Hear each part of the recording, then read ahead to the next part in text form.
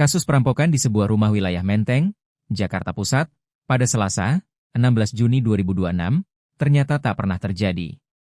Peristiwa yang awalnya disebut terjadi pencurian emas seberat total 500 gram itu ternyata mengarah pada dugaan percobaan pembunuhan terhadap Direktur Utama, Dirut, sebuah perusahaan teknologi informasi, IT, Muhammad Haikal Azhari atau MHA, 30.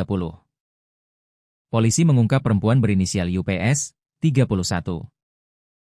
Yang sebelumnya berstatus saksi dalam kasus tersebut, kini telah ditetapkan sebagai tersangka.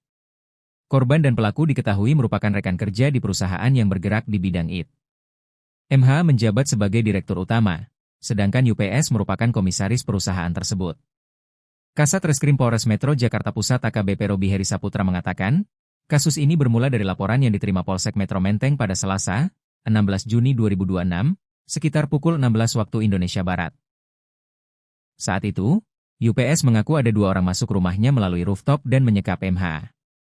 Menurut keterangan awal tersebut, kedua pelaku membawa kabur emas batangan seberat 200 gram dan perhiasan emas sekitar 300 gram sebelum melukai korban.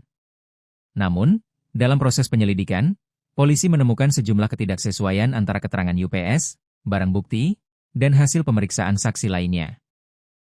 Salah satu hal yang memicu kecurigaan penyidik adalah adanya jeda waktu yang cukup lama antara waktu kejadian dan laporan yang diterima polisi. Sedangkan 1 jam itu korban tidak menghubungi orang lain, tidak berteriak minta tolong dengan tetangga atau security, tidak memanggil paramedik untuk menolong korban, kata Robi dalam konferensi pers di Polres Metro Jakarta Pusat, Jumat, 19 Juni 2026.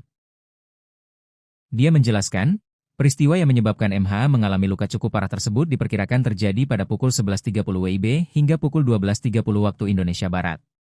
Sementara itu, laporan baru diterima polisi sekitar pukul 16 waktu Indonesia Barat. Kecurigaan tersebut semakin menguat seiring berjalannya proses penyelidikan. Dari hasil pendalaman, penyidik menyimpulkan bahwa cerita mengenai 2 pelaku perampokan yang masuk rumah tidak sesuai dengan fakta yang ditemukan di lapangan. Robi juga mengatakan bahwa dugaan perampokan dan pencurian emas yang sebelumnya dilaporkan tidak terbukti dalam penyelidikan. Jadi, orang yang disampaikan mencuri, berikut barang curian, maupun peristiwa pencuriannya itu, kami duga palsu. Hanya alibi untuk mengaburkan kejadian yang sesungguhnya, ujar Robi. Polisi memastikan tidak ada 2 pelaku perampokan sebagaimana keterangan yang disampaikan UPS pada awal penyelidikan. Robi kemudian mengungkapkan kronologi sebenarnya dalam kasus tersebut. Saat kejadian, MH sedang bermain game menggunakan perangkat virtual reality. Kemudian, UPS menyiapkan portable power supply yang disambungkan dengan kabel dan kain lap yang telah dibasahi, lalu meminta korban memegang kain tersebut. Akibatnya, MH terjatuh dan sempat tidak sadarkan diri selama 8 detik. Pada momen tersebut, UPS mengambil wajan di dapur untuk memukul kepala MH sebanyak 2 kali dan punggungnya 1 kali. Korban lalu sempat berusaha melarikan diri ke lantai atas. Namun, UPS mengejarnya dengan membawa alat setrum dan palu. Di dalam kamar saat korban mau melarikan diri, pelaku memerintahkan korban untuk berbaring di kasur sambil membawa alat setrum dan palu sehingga korban menurut, ungkap Robi.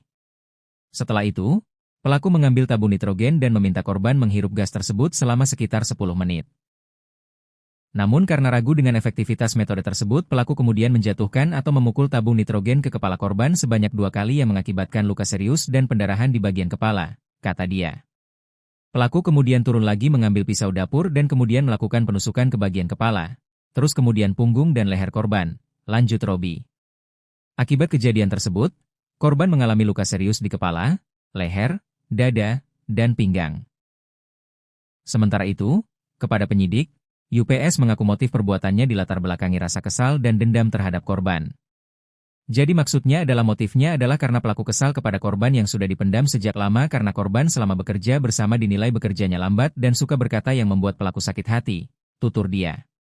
Meski begitu, Robi memastikan bahwa pihaknya saat ini masih mendalami kemungkinan adanya motif lain di balik dugaan percobaan pembunuhan tersebut.